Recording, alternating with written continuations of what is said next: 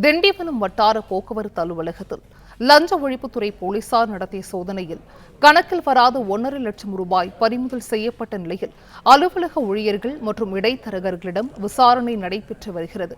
கூடுதல் விவரங்களை செய்தியாளர் சையத் வழங்க கேட்கலாம். சையத், வணக்கம். இந்த விசாரணை தொடர்பான முழு விவரங்கள் பதிவு செய்யலாம். வணக்கம். திண்டிவனம் வட்டார போக்குவரத்து அலுவலகம் புதுவை சாலையில் இயங்கி வருகிறது. வட்டார போக்குவரத்து அலுவலராக முக்கண்ணன் மற்றும் போக்குவரத்து ஆய்வாளராக சவுந்தரராஜன் ஆகியோர் பணியாற்றி வருகின்றனர்.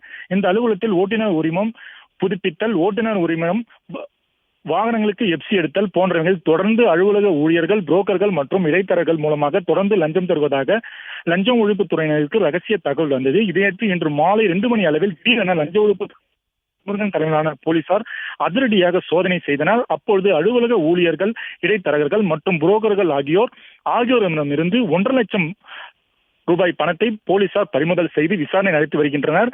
லஞ்ச ஒழிப்புத்துறையினர் வருவதை கண்ட அங்கிருந்த ஊழியர்கள், இடைத்தரகர்கள் மற்றும் புரோக்கர்கள் ஆகியோர் ஜன்னல் வழியாக பணத்தை வீசி அங்கிருந்து தப்ப முயன்றனர். அவர்களை மடக்கி பிடித்து விஜிலன்ஸ் போலீசார் விசாரணை நடத்தி வருகின்றனர்.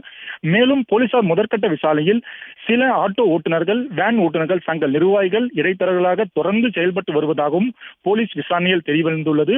அலுவலகத்திற்கு வந்த ஆட்டோ ஓட்டுநர்கள், வேன் ஓட்டுநர்கள் தங்கள் கையில் வைத்திருந்த பணத்தை விஜிலன்ஸ் போலீசார் பறிமுதல் செய்ததாக கூறி விஜிலன்ஸ் போலீசாருக்கு எதிராக சாலை மறியலில் ஈடுபட்டனர். மீண்டும் அலுவலகத்துக்கு வந்து விஜிலன்ஸ் போலீசாரிடம் கடும் வாக்குவாதத்தில் ஈடுபட்டு வருகின்றனர்.